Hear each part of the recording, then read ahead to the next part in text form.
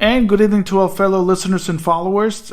Today is Sunday, November 12th at 8:20 p.m. This is Federico Lines at States Rights Radio and Seth Hancock of Seth Hancock Reports. And tonight's episode, we'll be talking about another GOP debate that continues to add more distress to the current situation. And Caudillo Trump was in Hialeah. I don't know if I'm pronouncing that right, but in Florida. Hialeah.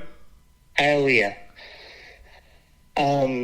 So, yeah, I mean, kind of the discussion tonight is really just generally on the political circus. We're now basically a year away from the next election for our next dear leader. What does it mean? Should we even be following this circus? I'll be honest with the GOP debate.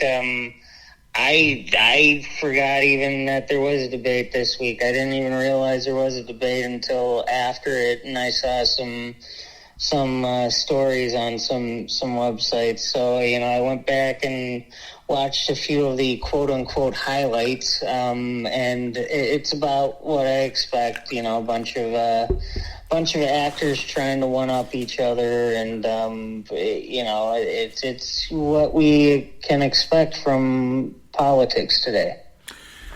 Yeah, I mean, and then, Trump continued to miss, I don't know why he continues to miss those debates. I mean, I know he's under a lot of pressure, but he missed those debates. But yet again, because he missed those debates, and then, before this GOP debate, on Tuesday, there were several key states that had an election, and it was kind of a diehard blow to the MAGA movement because Ohio placed in the state constitutions a right of abortion and reproductive rights. Again, you know what? I mean, and then in Virginia also some less restrictions on abortion. And I'm neither pro-life or somebody asked me, Seth, a long time ago if I was pro-life and pro-choice, and I says that I'm neither. I'm whatever the state and the people want. If Alabama wants to suppress your Ninth Amendment right and put restrictive abortion laws, then that's fine, and then we'll take it up to court. If Ohio wants to put less abortion restraints and more reproductive rights, again, it's up to it's all about back to the states. It's really the sovereignty and the right of those states to be retained. That's why I don't believe that if somebody from Indiana wants to go to Ohio and perform an abortion, then come back and get arrested. No, that should be illegal. You cannot do that because you're denying that person's Ninth Amendment right and constitutional rights in the 14th Amendment as a citizen. So that also is a fact that it brought on the effect of the MAGA movement is really dying down, and people don't realize that you cannot win with MAGA. And I have a few friends that are running on the state legislature, and they are so concerned about MAGA and the woke issue and all this MAGA thing that I don't think that they can win. He's a good friend of mine. I hope he will win, but I just don't think he will win because this MAGA movement is dying down. And then you hear Vivek Ramaswamy blame Roma McDaniel, who's the chair of the GOP, that she needs to step down. And I said to myself, wait a minute, hold on. She's been nothing but MAGA. I mean, here's the delusion of this movement. It's just plain delusion. And it's just sad that we're continuing this crapola on and on. And this is the thing with, MAGA and Donald Trump. I mean, the big issue there for me is that they're always speaking out of both sides of their mouth. Because the thing is, any one of these candidates who are really embracing MAGA will say things that I agree with. And then they'll say the exact opposite thing in their next line. It's it's like a guy like Vivek Ramaswamy. One of the lines from, he's the only one at the debate that I saw some comments that I agreed with. I don't trust him at all, though. I mean, this guy's been on every side of every issue. But, he said something to, like, I liked his line about Nikki Haley being Dick Cheney in 6-inch heels or something like that. Which I agreed with, but that doesn't, Vivek is a liar who, again, speaks out of both sides of his mouth. So it doesn't matter if they say something you agree with. You have no reason to trust any of them on any issue, really. And that's the problem with like the abortion debate is that there are no principled people. I am pro-life, and I believe it should be legal, but I also think it's something that needs to be controlled by the states. But I think from a federal level, as well, the best approach isn't on abortion itself, but just in general, getting our government back to sticking within its bounds of authority under the Constitution. I think liberty, I think, because I always say the simple definition of liberty is where freedom and personal responsibility intersect. And, when we have liberty where the government isn't taking control of every aspect of our lives, I think in general, the people become a more moral people because they have to be. That's what's beneficial, is to be a more moral society, to treat others as you want to be treated. I think that becomes profitable to be honest in the world when you have a system of liberty, and that you control your own destiny, and you don't get bailed out when you make mistakes. And I think that would take care of a lot of these social issues. It's not that we need new laws. It's that we need to get the government out of the way, and we'd see things change. Just in the people in general would be a far more moral society if we just didn't have the government controlling everything. Well, it's funny thing is that, I remember that Vivek said about, Dick Cheney with 3-inch high heels describing Nikki Haley. And Nikki Haley is something that, she could have been a graduate of the School of the Americas, because she is kind of like a neocon, like a Henry Kissinger. But there's no doubt in my mind that Vivek Ramaswamy would probably also be someone like Henry Kissinger, and would probably send covert operations out to the Middle East and other places. So again, there's really no trust for me in any of these people, and even on the Democrat side, not on the Republican side. Because they will sheer violate our basic Bill of Rights, as they've always done, and Democrats too. So no one has, in this field of Republicans and Democrats, no one has ever said the protection of our Fourth Amendment right of search and seizures, and they just keep blaming that they want to protect the homeland, they want to protect the United States and all that, but at what price? At what price they want to protect the United States? And in light of all these, individuals like Chris Christie or Nikki Haley, they will go on and they will suppress our rights. They will, do warrantless arrest and all that, and disavow our Fourth Amendment and Fifth and Sixth Amendments. So, and Seven and Eighth Amendments. So, it's a basic principle of what is the really role of the federal government, and do these individuals really know what that role is?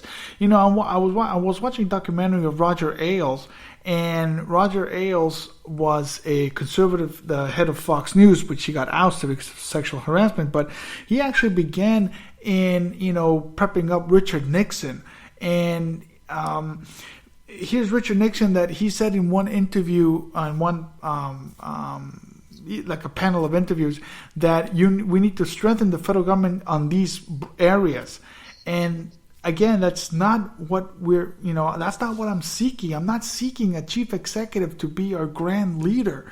I want the chief executive to just go to the office and focus on when he's to be focused, what are his duties on the Constitution, and that's that. But we are now seeking somebody that will be like our savior, our leader, and he'll save us on medicinal, on healthcare issues, on Social Security issues, on Medicare issues, on health, on child care issues. And really, that's not really, I'm sick to death of the media and certain people of this portrayal. And Donald Trump has certainly inflated that issue. And then you have this little kid, Vivek, also inflating that issue. And the same thing with Chris Christie and Tim Scott and Ron DeSantis. And, it's just... I just don't want somebody, we need to just get off on this idea that the federal government is here it's here to stay, of course, because it's not too inflated, but we really need to open the people's eyes and see that this is not the role of the federal government. This is not the role of a central government. Alexander Hamilton was so wrong that we need to disavow Alexander Hamilton. But again, people are so conformed in keeping these ideals that it's just too difficult. But because, as I've said in a past show, they're throwing money at the situation. Oh, we'll give you money for healthcare. Oh, we'll give you money for Social Security or tax breaks or this, and that. And then, of course, people shut up and move on with their lives, and, they got their little tax cut and all that. So it's just, and seeing these debates, and I don't even know who's running the Democrat side. I think there was a congressman from Maine running for, there's a new congressman running for the Democratic nominee. I don't think he has much of a chance, but, again, it's this construed of who wants to be the leader and all that I just, for on these coming elections, I cannot vote for federal elections. Maybe I'll vote for state elections and local elections, but federal, I'm not voting. And that's, kind of my take is, as long as the people are asking for some powerful government, I don't want to vote for these people. That's the most important thing, is getting the people to desire liberty. And once we have a population that wants liberty and they view the president as a public servant, all the congressmen as public servants, then maybe voting has some value, because that's what the nature of politicians is to lie. It's, so there's never going to be some perfect politician out there, but this is the problem really lies in the attitudes of the people. And this is we've talked about it before, and I've said more, I really have a problem with this view that we view the president as the most powerful man in the world. That's not what we want the president to be. The president should be a rather weak position. The power is supposed to be in the people's hands, not the politicians' hands, especially not one politician, whoever the president happens to be. This is why, I say the most important election is your sheriff, because the sheriff is who can, no matter how bad the federal government gets or your state government gets, the sheriff can stand in the way and help protect your liberties at home if you get a good sheriff in place. But that's watching these highlights of this week's debate and just looking at the candidates bickering and just looking for their moment to post something online so they can increase their fundraising, and that's all it is. That's all the debate is. like I said, I didn't watch the whole debate, but I watched the whole first Republican debate, and the Constitution was only referenced by one guy, Doug Burgum in North Dakota, who's no longer on the debate stage. I haven't heard in any of the highlights that I saw from this debate the Constitution referenced one time. I mean, there's a problem, folks, with the way the system is set up. That they're all actors. I mean, we always hear that line about Washington, D.C. is Hollywood for ugly people. Just watch. It's all scripted. It's all, guys trying to get their moment so that they can have a bunch of media coverage. It's not about principles. It's not about talking about how they'll be the best public servant, how they'll serve with humility. That they're all looking to be the ones that can convince people that they're going to better their lives. Well, I don't need a politician to better my life. I need a politician to get the government out of my way. That's what I need from the politicians. But as long as people are looking for these control freaks, there's no use in voting in these national elections. No, you're right, and in this last debate, nobody ever even mentioned the word the Constitution, or at least Doug Burnham mentioned the 10th Amendment. People forget about our Bill of Rights, and the Bill of Rights are our people, but control the state and the people. It's not to control the federal. The federal government has no rights. They obtained 2 man-made rights in 1913, but apart from that, the rest of them belongs to the people of the states and the state itself. That's what the 10th Amendment says. It says, reserved to the states, respectively, the people. So, only one person referenced that, and he's no longer on the stage. The other ones just love to bicker. This, the young kid Vivek and with Nikki Haley and DeSantis, saying that when he gets in, he's gonna grab the pen and reverse all the executive orders of Biden. Well, okay. I mean, I don't like what Biden did with those executive orders, but I don't want you doing them. Why don't you send them to Congress and let Congress decide? And then if you think and then you can veto what Congress has done. And if Congress overrides your veto or passes, then that's the constitutional procedure. That's the people's democracy, as they like to call it, or the people's republic way, that, a veto is a constitutional power. So, one also thing I want to bring up, Seth, in this discussion is that, with the new speaker, they are, kind of cheering on him that he's going to bring more power to the states and call for constitutional convention. But before we get to the constitutional convention, I want to really set aside because they've really brought this up on secession. They're thinking Texas is bringing up secession proposals, and other states are bringing up secession proposals. California, a little corner of Colorado, a little corner in California. And, I just want to say that, I oppose secession all the way. The Supreme Court, in their infinite wisdom, declared that secession is unconstitutional based on war bonds that they were sold to Texas when Texas seceded, and therefore those bonds were null and void. And reason is that they were null and void because Texas can't secede. So, I mean, in that infinite wisdom of the Supreme Court, I will abide by that decision because I don't believe in secession. That's not what Jefferson or Madison wanted for their birth of the nation.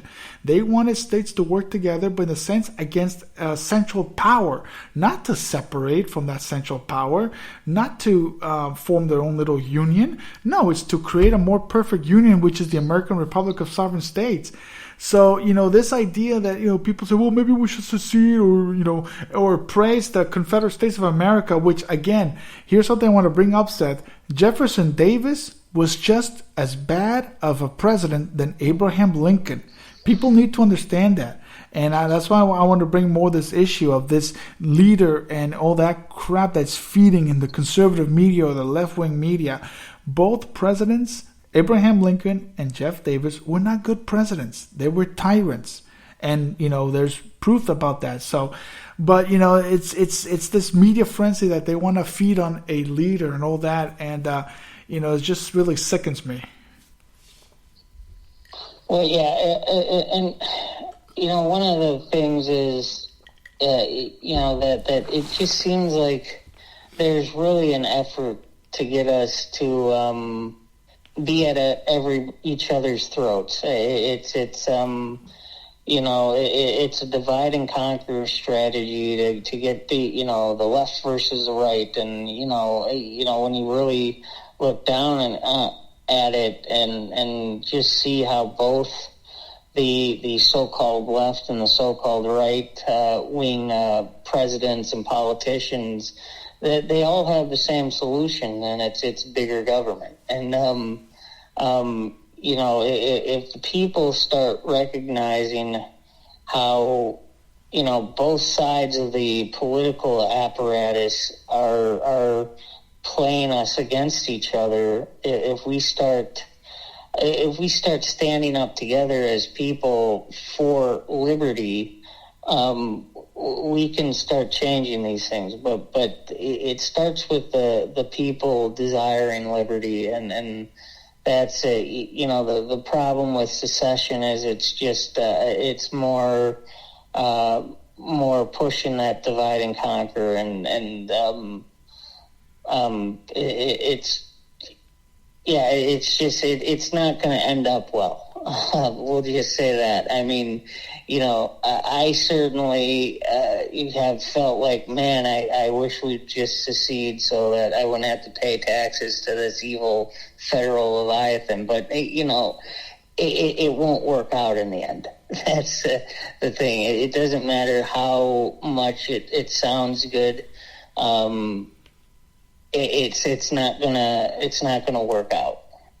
Well, no, it's not going to work out. And here's where, the thing is that this myth that they're trying to say is that, during the Confederate States of America, Jeff Davis rounded up over 600,000 pounds of cotton, and they sold it to the French.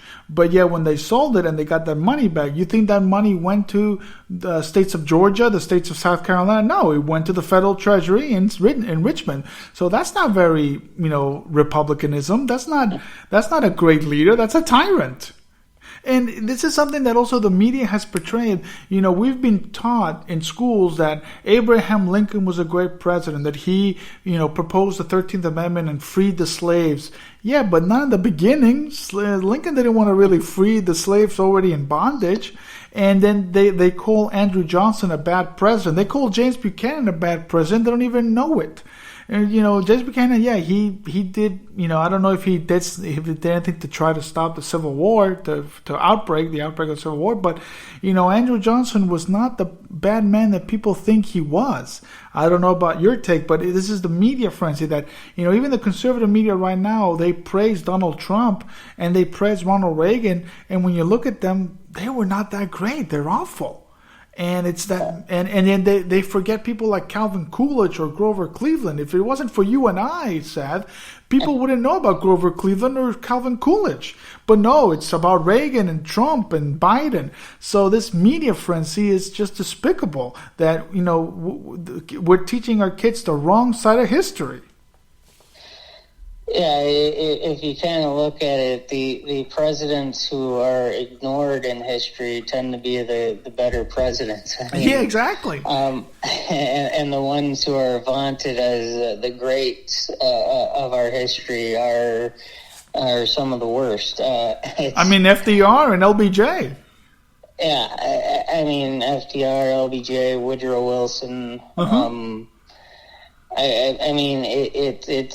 It all stems from, this idea that, we talk about unemployment and what's the president going to do about unemployment and how are they going to save our economy or fix our economy. And it's like, that's the problem right there. We're supposed to have a free market economy that's controlled by the people. If you want to, the president is there. The government was created by our founders as a way to protect and preserve our rights, our liberties, not to give us a booming economy. The economics, that's up to us as free people. We're supposed to build a booming economy as free people, not the government. And once you get the government involved, we get these illusions of like it's still something that really irritates me with the Trump era. How they always claim it was the greatest economy ever because they looked at the stock market and unemployment, which unemployment is a rigged number, which, by the way, Donald Trump in 2016, when he was a candidate, was saying that unemployment is a rigged number, and then he becomes president, and then he's just boosting that. He's just talking about the unemployment numbers and how great they are. But wait a minute, Trump, didn't you say these are rigged numbers? So we've got a perverted system in which we view the government there to better our lives when the government's there to protect our liberties. And we as individuals need to better our own lives. And until the people start desiring this, I see no reason to vote in these elections. No, you're right. And, I'm going to touch the issue where you put on commerce and trade, and it's up to each individual state to trade. That's why I think the Commerce Clause has been totally misinterpreted in every sense of the word. Congress is not there to enforce or regulate in the sense of enforcement. Congress is there to administer the trade between nations and states in order to make it, because I still believe this is constitution by the states. And I'm all for free trade, but when you put free trade in the role that the federal government is there to enforce on subsidies and tariffs, you're going to create dismay, you're going to create chaos, you're going to create panics. And that's what happened in many times when you see the federal government entering into trade pacts and commerce and all that. You see panics. You saw it in 1837.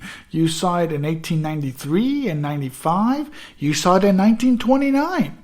When federal government comes in and starts saying we're going to raise taxes, we're going to increase regulations, people panic and people says, oh shit, what's going to happen? And all that. And that's the whole reason why the depression happened, the stock market crash, was because Herbert Hoover was instituting these type of policies, and people don't understand. The same thing happened with the housing market.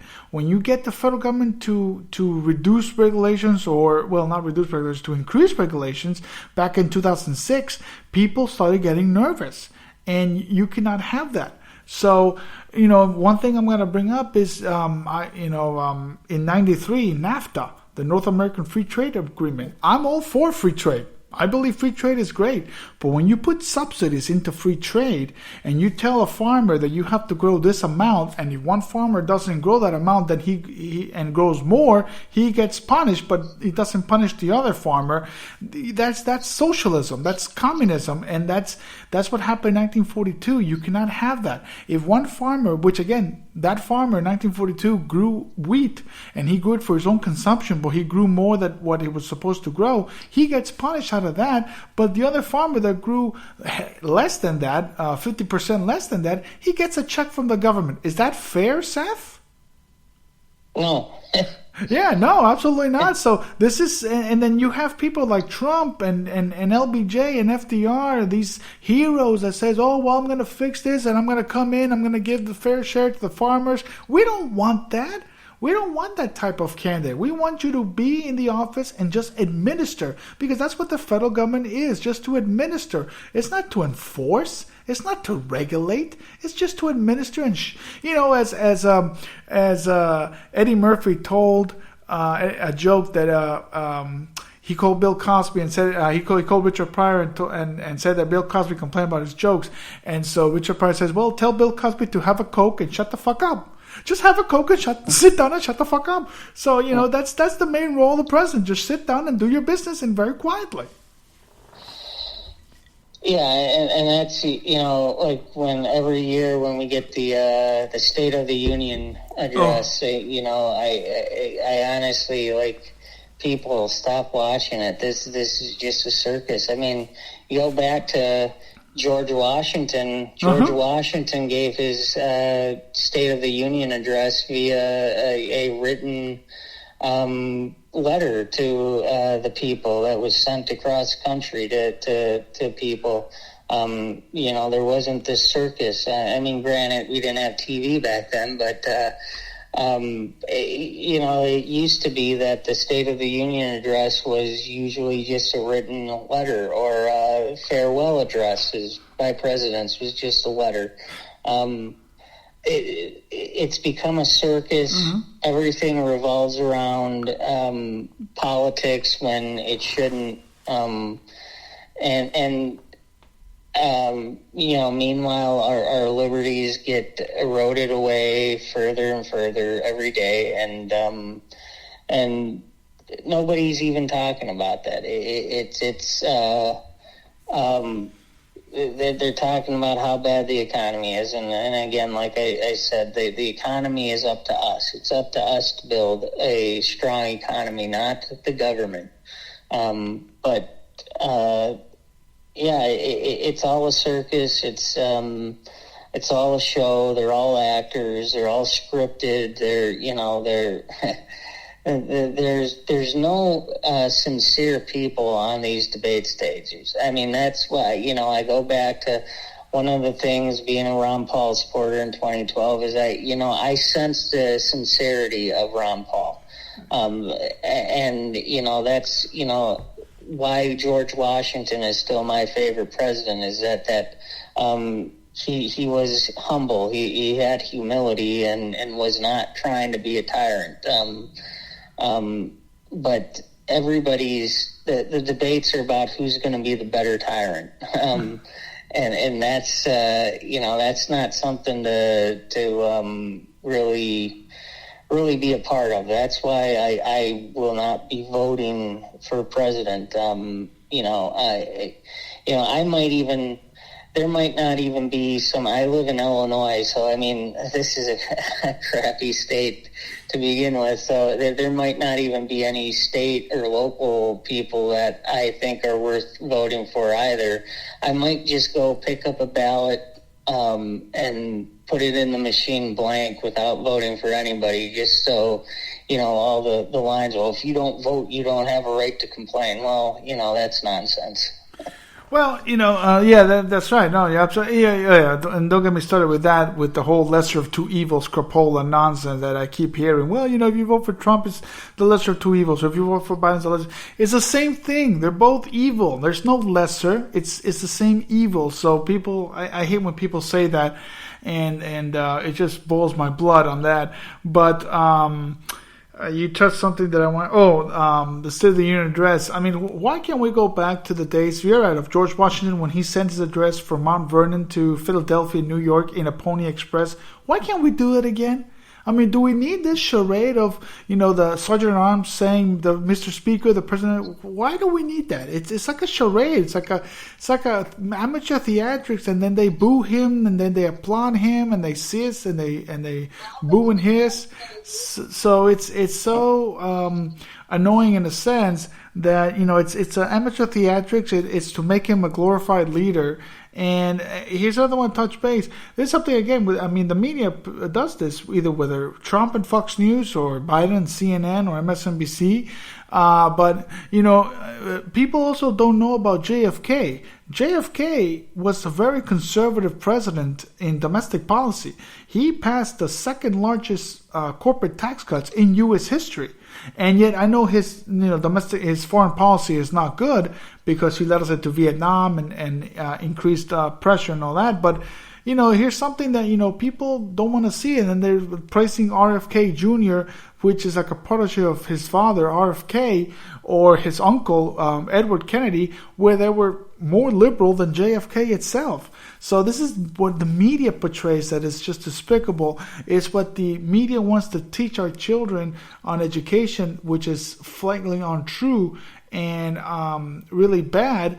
of showing kids the true nature of presidents and the history of you'll have conservative teachers here in Florida saying that Trump is a great president, and as we saw him in Hialeah, preaching totalitarianism, and as I like to call him a Caudillo, because that's what he was with a whole bunch of Hispanics, and the Cuban majority love their little Caudillo, either Batista or whoever, or Juan Perón. But it's just that's not what this is about. And it's sad that me myself being a Hispanic American, and I don't want that. I don't want a dictator like from Latin America or something like that, or Tito from Yugoslavia, or Putin, or Stalin, or Hitler. I definitely don't want that. So, we have to get away from that idea of this proclaiming of a leader, of someone, of a savior to save us. No, the Constitution is our savior. We need to follow it. And, regardless, you may, and here's something that the debate brought up, where majority of candidates says, well, we'll need to cut the powers of the Federal Reserve. That's not that's not the role of the executive to cut the powers. You need to propose that to Congress to cut the powers. And yet, if you cut the powers, they'll find a way to still keep the Federal Reserve active. That's why, as much as I admire Ron Paul, I know you're still a Ron Paul supporter, Seth, and I respect that. And I admire Ron Paul. I don't admire Rand, but I do admire Ron. But the whole idea of audit the Fed or abolish the Fed, that's just amateur theatrics, and it's a good idea, but yet it's not really. It's just cutting the tail of the snake. You want to cut the head of that snake, you got to repeal the 16th Amendment that led to the creation of the Federal Reserve, that led to the creation of the Revenue Act of 1913 and all those taxes, of the Social Security tax. That's what you got to do. But Ron Paul was just playing to the crowd of we need to abolish the Fed or audit the Fed, and I still keep saying that's not, gonna help. You need to cut, by way of doing that, you need to cut the head of that snake, and that's the 16th Amendment. But yet nobody on that stage that night, neither the Democrats, of course, will never say, because they love the 6th Amendment now, because, even though Republicans passed that amendment, Democrats are loving it because it's free money. But Republicans in that stage, nobody has said they want to repeal the 16th Amendment. They just want to, do little reforms here and there.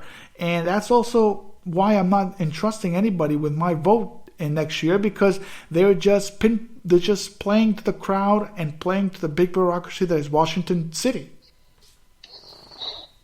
Yeah, it comes down to, repeal 16, repeal 17,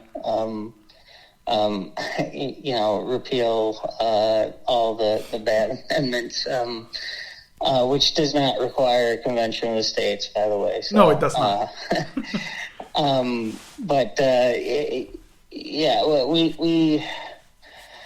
we just need some understanding about what is the power and authority of these positions. What is their job? Their job description is not to create a great economy. It's not to, it's not even to provide safety for people. I mean, it's to preserve our liberty, and we need to provide our own economic well-being ourselves as free people, and that's it just comes down to the will of the people. The will of the people need to start desiring liberty, and right now we're talking about we're $34 trillion in debt. We've got a rising police state. We've got a government that shut us down, called us non-essential over an alleged cold virus. We're folks, and it's Democrats and Republicans. It's both sides are doing this to us. It's endless wars. It's a military-industrial complex that profits off of bloodshed, and we go to war for wealth, not whereas we're only supposed to have just wars in which it's for defensive purposes. If we're attacked, then we can defend ourselves, but that's not what we have, and there's nobody talking about it. It's all talking about how I'm going to save you. I'm going to create jobs. I'm going to, defend you. I'm going to protect you from, the latest boogeyman that the powers that be have created, fear in the population. This can't continue. It's a house of cards. It's going to fall at some point. But we can turn the tide for liberty if the people start waking up to this, and the people start demanding, hey, leave us alone. Let us run our own lives. But if we just continue down this road, I see nothing but pain and suffering in this country that we can't even imagine, because this is a house of cards. It can't last. $34 trillion in debt. It can't last. It's gonna fall at some point. Yeah, no, it is. I mean, I don't think it's. Again, the Federal Reserve has the power to print money, so why are they taxing us if they can just print money? Yeah. It's just something that, people, don't understand that. Oh, well, all the central banks can just print more money. Okay, fine then. What do you need my money for if you can print money? Why are you taxing me for that? So I don't know if the house of, it is a house of cards. It has tended to fall, and then it has come back again, like in 2008. But yet again, in 2008, it kind of, we've been in a recession since 2001. And quite honestly, we haven't really gotten out of that recession. No president has ever gotten out of it. George W. Bush didn't get out of it. Barack Obama didn't do it. Trump did not do it, and Biden's not doing it. The only one that kind of was doing it was with Bill Clinton, and in '95, with the conservative Congress that took the reins of a full working majority with the Republicans. I mean, you did see a growth in the economy. You did the recession was. It left that recession and it was booming, and then, you had a surplus. You had a multi-million-dollar surplus that the government was left off, which was wasted by George W. Bush with his stupid Medicare prescription plan and his education plan, and of course the two wars. So, this again, this thing of who controls D.C., I don't want both parties controlling D.C. I don't mind having one party control one branch of Congress and the other one does not, and the other one controls the other. I think, to me, that's the perfect balance of power. That is the perfect balance of power. Have a Democrat or a liberal president in one branch and have a conservative in the other branch. It worked well in 1947. It worked great in 1995. But this flip-flopping of, the Republicans control 1/3 of Congress, and then the other one controlled by Democrats, and then the White House is controlled by either Republican or Democrat, you get nowhere. So, I recommend people follow that lead of a balanced government. Vote for Biden for president if you want to, fine, but vote for a conservative Congress. Vote for a full working majority for both houses. Lay off the MAGA bull crap and just vote for conservatism and constitutionalism, and then you're going to get a perfect working balance. If candidates see that, Seth, if people see that, I hope we get another 95 again, because that's great. That did wonders for America, and I wish people could see that. But yet again, people just see, one last thing. People just see that, Bill Clinton did everything. No, Bill Clinton didn't do anything. He did it together with Congress. Set aside your political partisan bullcrap and see that both sides work together to make America livable and prosperous. Yeah, and it's really, to me, it doesn't matter who's in these seats. It's a matter of whether or not people have principles, and I sometimes think in terms of, let's say, the COVID shot, which I think has not been safe or effective, and I think it is actually a good thing that Joe Biden was president during this time, because there was pushback from the MAGA people because, it's Joe Biden pushing it now. But if Trump were in there, he'd be pushing it just as heavy, and a lot of them would have still taken the shot. And it's just, everybody just thinks about, who's saying what and not what's being said. Because Joe Biden says something, we're automatically supposed to disagree with it. If Donald Trump says it, you're supposed to agree with it, or vice versa. The people don't think about their own principles and what they want. They're trained to just be behind one candidate and be opposed to the other candidate. Mm-hmm. And they don't think about what should the policies be, what should the principles be, what should the law be. They just think about it's all personality politics, and that's going back to the debate this week and the highlights that I saw, that there's nobody trying to push practical policies, or just they're all just trying to score points, and that's why it's a circus, that's why it's a charade, that's why it's a show, and it's scripted, and these guys are actors. They're not statesmen.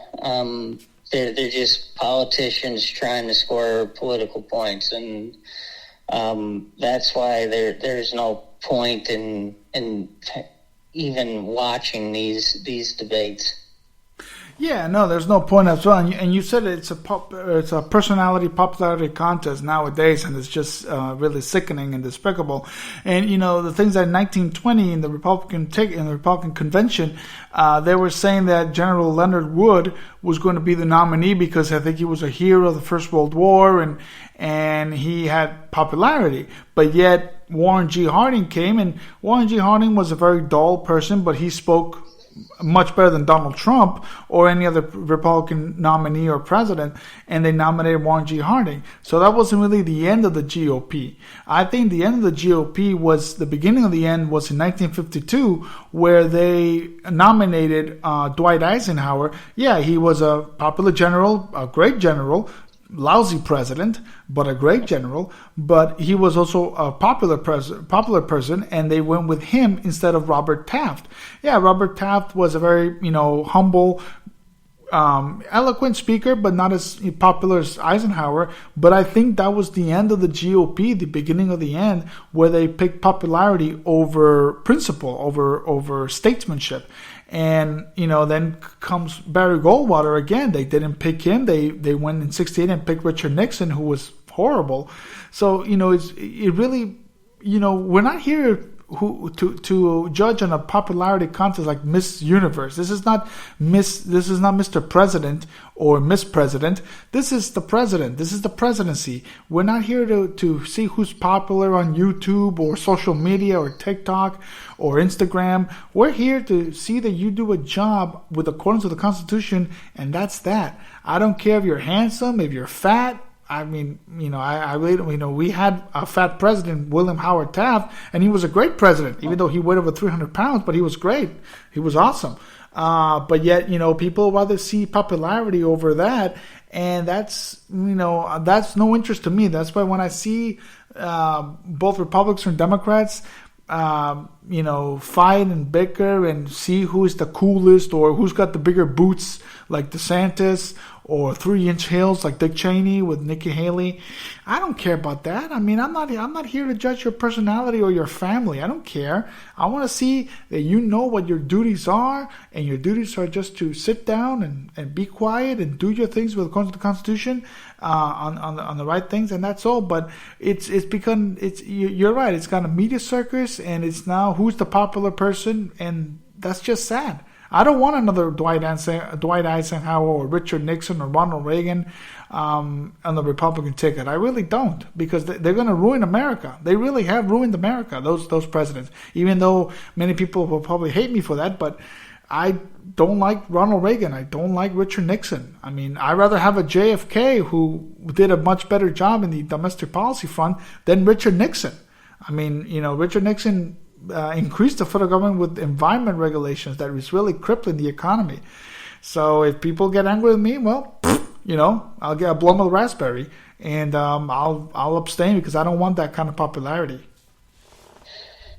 Yeah, and that's kind of one of the things I've kind of noticed is that the Republican presidents oftentimes, it doesn't always work out this way, but the Republicans oftentimes are the ones that create the new bureaucracies, and then the Democrats expand them. Obviously, take the Department of Education. That was started by Jimmy Carter, and then Reagan expanded it, so it's not always the case, but that's oftentimes what happens is the Republicans somehow magically make this new federal power appear, and then the Democrats use it and expand it. Like the Patriot Act. Yeah, Patriot Act.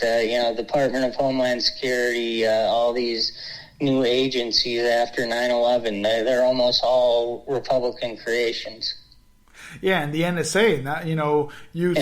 People praise Dianne Feinstein that she was a great senator, but I go, wait a minute, she's the one that had memos hiding over the NSA abuse and even the FBI torture. So Dianne Feinstein was not a little sweet old lady. She was a bit of a tyrant herself. So, this is where the media portrays and people want to see a little helpless little old lady with shingles, but yet she was a bit of a tyrant. Yeah, and that gets in, an issue like the NSA gets into why people need to think about the issue and not the person speaking. Because, Oregon, I think it's Oregon Senator Ron Wyden. He's either Oregon or Washington.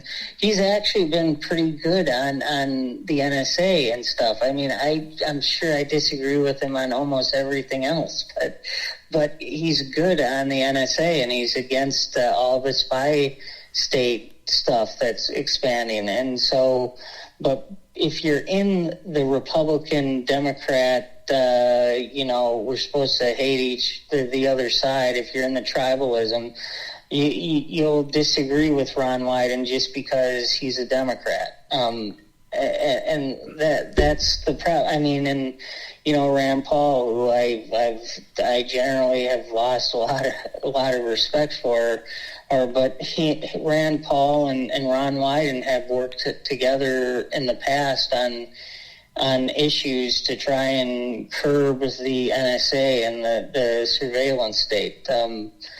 Well, we need more of that. We need more of both sides on principle, not just this.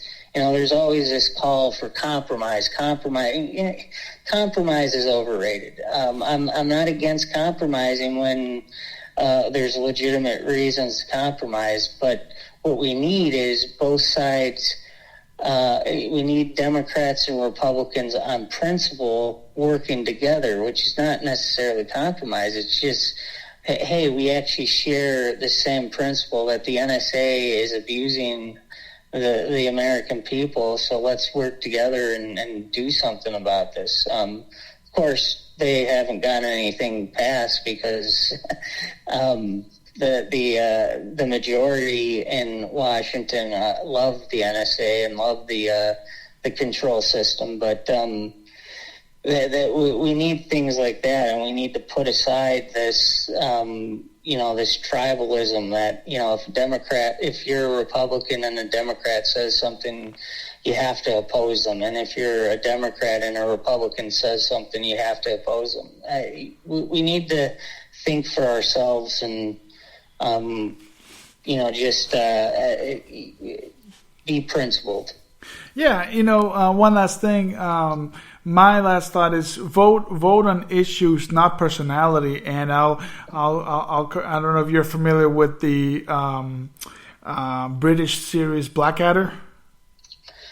No, I haven't heard of that. With Rowan Atkinson, which he's trying to put his little servant to run for member of parliament, and he's the most dumb-witted, stinking, ignorant individual that has no personality. And so when the media asked him, what's he stand on, he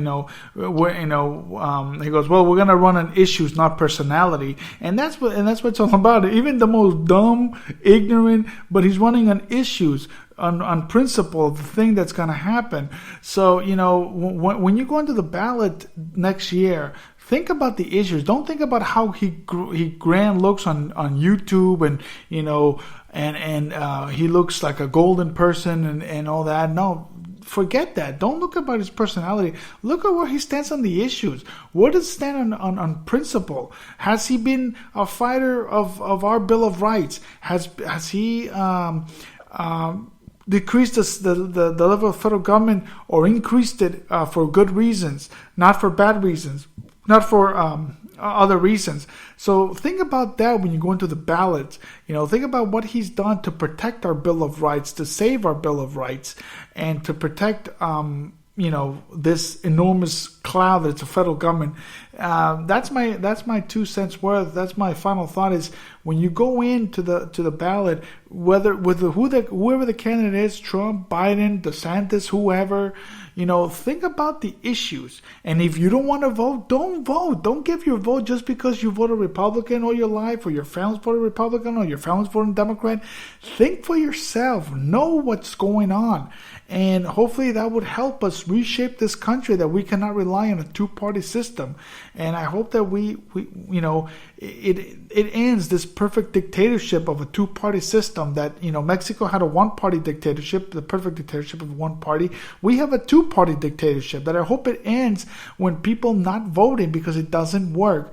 So that's my final thought. What's your final thought, Seth? My final thought is that, think for yourself and avoid the tribalism. If you choose to vote, vote on principles. I'd really encourage people to be active, specifically at the local level, and try and make sure there's a candidate running for sheriff who is a constitutional sheriff who will protect you from overreach from the federal and state governments. That's maybe your most important position you can vote for, and yet nobody tends to give any time of day to sheriff's races. So, just think for yourselves, avoid tribalism, and get engaged locally, because that's where you can, have a real impact, is if you get local people willing to stand up and say, yeah, no, we're not going to follow your unfunded mandates that you don't have the right to place on us in the first place. Yeah, no, absolutely right. Yeah, vote, think for yourself, and know what's going on. Know the issue. Know the issue first. Personality later. Personality, I don't care if he looks handsome or fat or skinny or with a mustache or a beard or bald. I really don't care. I just worry about issues and principles over party politics. And yeah, well, hopefully you guys think for yourselves and all that, and we'll see you next Sunday, and have yourself a great week ahead, Seth. Good night.